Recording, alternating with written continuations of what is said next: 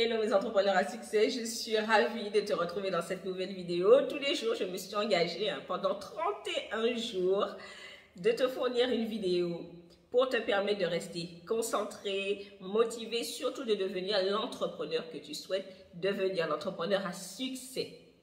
Souvent, le 1er janvier, tu vas te fixer des objectifs, tu auras une liste de nouvelles résolutions et puis à partir du 10, du 15, tu vas commencer à faiblir, te décourager, tu vas te demander si cette nouvelle année 2022 ne va pas ressembler à la précédente. Eh bien non, tout de suite je t'arrête, tu n'es pas seul, je suis là tous les matins, tu vas recevoir, si tu es abonné bien sûr, ces vidéos de motivation, d'inspiration et de conseils dans le domaine entrepreneurial, tout ça pour te permettre de te dépasser. Alors aujourd'hui, le thème que je vais traiter, ça va te permettre de comprendre pourquoi lorsqu'on se fixe des objectifs, on n'arrive pas à les atteindre, on se décourage, on laisse tomber et puis on va se refixer des objectifs et puis on va encore se décourager et puis c'est un cercle vicieux.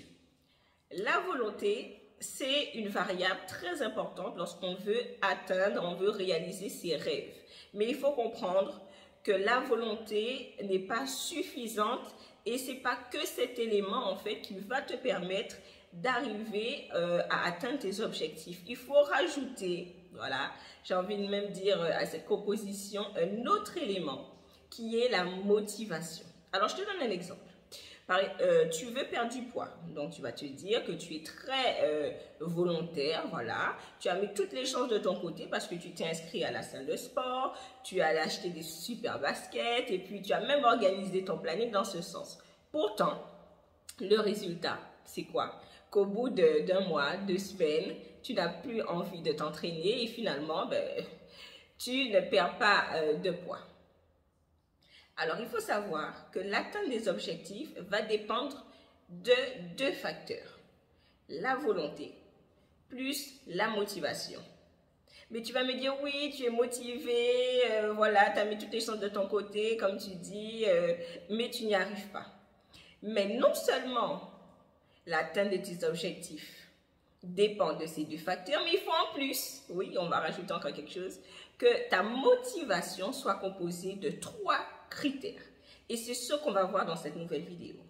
Donc, si on reprend, pour atteindre ses objectifs, il faut la volonté, il faut la motivation. Mais dans la motivation, il faut qu'elle soit assez solide. Et pour qu'elle soit solide, il faut qu'elle dépende de 3 facteurs. Premier facteur, une motivation rationnelle. Lorsqu'on se fixe un objectif, il faut comprendre pourquoi on veut atteindre cet objectif. Il faut que cet objectif donne un sens à notre vie. Nous ne pouvons pas faire des choses pour faire plaisir aux autres, pour ressembler à quelqu'un ou voilà. Si cette motivation ne nous donne pas de sens, nous n'avons pas en fait un intérêt concret à le faire, nous n'arriverons pas. Et ce qui va arriver, c'est que nous allons nous fixer un tas d'objectifs et que malheureusement, ils ne seront pas atteints. Une motivation rationnelle, c'est une motivation en fait qui te permet en amont d'étudier et obligatoirement, lorsque tu vas te fixer un objectif, il faut que tu comprennes pourquoi tu veux atteindre cet objectif et surtout que cet objectif te rapproche de la personne que toi tu souhaites devenir ou vraiment que c'est un intérêt, une utilité. C'est ce qu'il faut retenir. Ça, c'est pour la motivation rationnelle, premier élément.